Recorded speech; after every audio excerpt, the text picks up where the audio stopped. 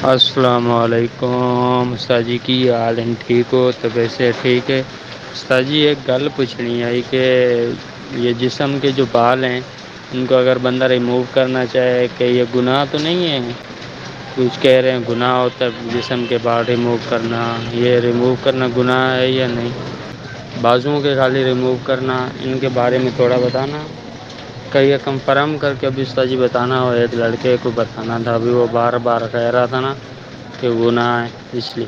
وعلیکم السلام ورحمۃ اللہ وبرکاتہ۔ اللہ کے خاص فضل اور اس کی خاص رحمت سے، آپ کی دعاؤں سے، میں خیر و عافیت سے جس طرح کے آڈیو کی صورت میں آپ نے یہ سوال سماعت کیا کہ انسان اپنے جسم کے بال ریموو کر سکتا ہے یا کر سکتا نہیں ہے، اس کا شرعی طور پر کیا حکم، کیا ضابطہ ہے، پھر بعد میں آخر میں انہوں نے یہ کہا بالخصوص بازوؤں کے بال اتارنا جائز ہے یا جائز نہیں، اگر کوئی انسان اتارے گناہ گار ہوگا یا گناہ گار نہیں ہوگا، اس کے بارے میں شرعی طور پر ضابطہ اور حکم کیا ہے۔ سب سے پہلے ہمیں یہ جاننا ہوگا کہ انسان کے سر سے لے کر پاؤں تک جسم پر جتنے بھی بال ہیں ان کو 3 حصوں میں فقہائے کرام تقسیم فرماتے ہیں۔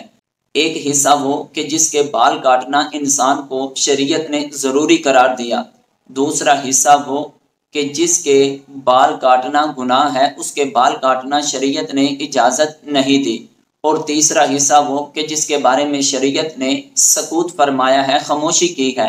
اب وہ جگہ کہ جس کے بال کاٹنا شریعت نے ہم کو حکم دیا، وہ اللہ کے پیارے محبوب علیہ الصلوۃ والسلام کا فرمان بہار شریعت کی جلد نمبر 3 حصہ نمبر 16 صفحہ نمبر 679 میں حدیث نمبر 1 کے تحت صحیح بخاری اور مسلم شریف سے نقل کی گئی، جس کے راوی حضرت ابو ہریرہ رضی اللہ تعالی عنہ ہے۔ اللہ کے پیارے محبوب علیہ الصلوۃ والسلام نے ارشاد فرمایا، 5 چیزیں فطرت سے ہیں، یعنی انبیاء سابقین علیہم السلام کی سنت ہے۔ نمبر 1 ختنہ کرنا، نمبر 2 منہ زیر ناف مونڈنا یعنی زیر ناف بال کاٹنا، نمبر 3 مونچھیں کم کرنا، نمبر 4 ناخن ترشوانا، نمبر 5 بغل کے بال اکھیڑنا۔ اسی طرح دوسری حدیث شریف صحیح مسلم شریف میں جس کے راوی حضرت ابو ہریرہ رضی اللہ تعالی عنہ ہے، اللہ کے پیارے محبوب صلی اللہ علیہ وآلہ وسلم نے فرمایا، مونچھیں کٹواؤ اور داڑھی لٹکاؤ، مجوسیوں کی مخالفت کرو۔ احادیث تو کافی ہے، لیکن برکت کے طور پر میں نے 2 آپ کے سامنے استدلال کے طور پر حدیث کو ذکر کیا کہ ان 3 طرح کے بال کاٹنا انسان کے لیے لازم ہے۔ نمبر 1 زیر ناف بال کاٹنا، دوسرے نمبر پر بغلوں کے بال کاٹنا، اور تیسرے نمبر پر مونچھوں کو ترشوانا۔ یہ 3 طرح کے بال انسان کے لیے کاٹنا ضروری ہے، شریعت نے اس کا حکم دیا ہے۔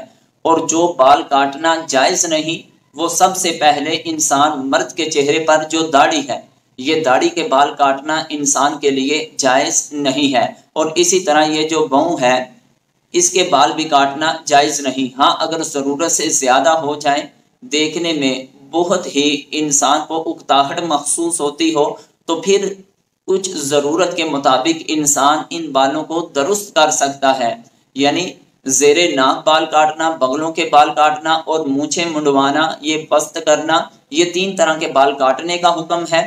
داڑھی کے بال اور بہوں کے جو بال ہیں ان کو کٹوانا شرعی طور پر اجازت نہیں، اور باقی جسم کے جتنے بھی اعضاء ہیں ان تمام کے بارے میں شریعت نے سکوت فرمایا ہے۔ انسان بال کٹوا بھی سکتا ہے اور نہیں بھی کٹوا سکتا، اگر کٹوائے گا تو شرعی طور پر گناہ گار نہیں ہوگا، اگر نہیں کٹوائے گا تو پھر بھی وہ شرعی طور پر کچھ بھی اس کے لیے قباحت نہیں۔ اب مسئلہ یہ ہے کہ بعض فقہاء کرام فرماتے ہیں انسان کو اپنے سینے کے پیٹھ کے بال نہیں کٹوانے چاہیے، ان کی تعظیم کی وجہ سے۔ اور بالخصوص جو پوچھا گیا کہ بازوؤں کے بال کاٹنا جائز ہے یا نہیں، بازوؤں کے بال کاٹنا شرعی طور پر جائز ہے، اس میں کچھ بھی قباحت نہیں، کیونکہ بہار شریعت کی جلد نمبر 3 حصہ نمبر 16 صفحہ نمبر 585 اور مسئلہ نمبر 12 کے تحت اس طرح ذکر کیا، بہوں کے بال اگر بڑے ہو گئے تو ان کو ترشوا سکتے ہیں، یعنی یہ جو بال بہوں کے ہیں ان کو کٹوانا جائز نہیں، اگر بہت بڑے ہو گئے دیکھ کر اکتاہٹ ہوتی ہے، خوف محسوس ہوتا ہے،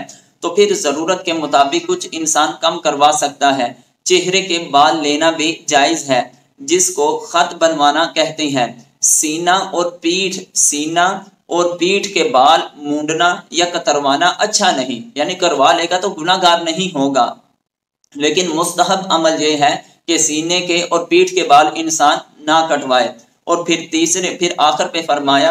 پھر آخر پہ فرمایا ہاتھ، پاؤں، پیٹ پر سے بال دور کر سکتے ہیں، یعنی انسان کے پیٹ پر ہے، انسان کی ٹانگوں پر بال ہے، انسان کے بازوؤں پر بال ہے، اس کو انسان اتار سکتا ہے، اس میں شرعی طور پر کچھ بھی قباحت نہیں۔ اللہ تعالیٰ کی پاک بلند بارگاہ میں دعا ہے ہمیں صحیح طور پر اپنے دین کی کامل سمجھ عطا فرمائے۔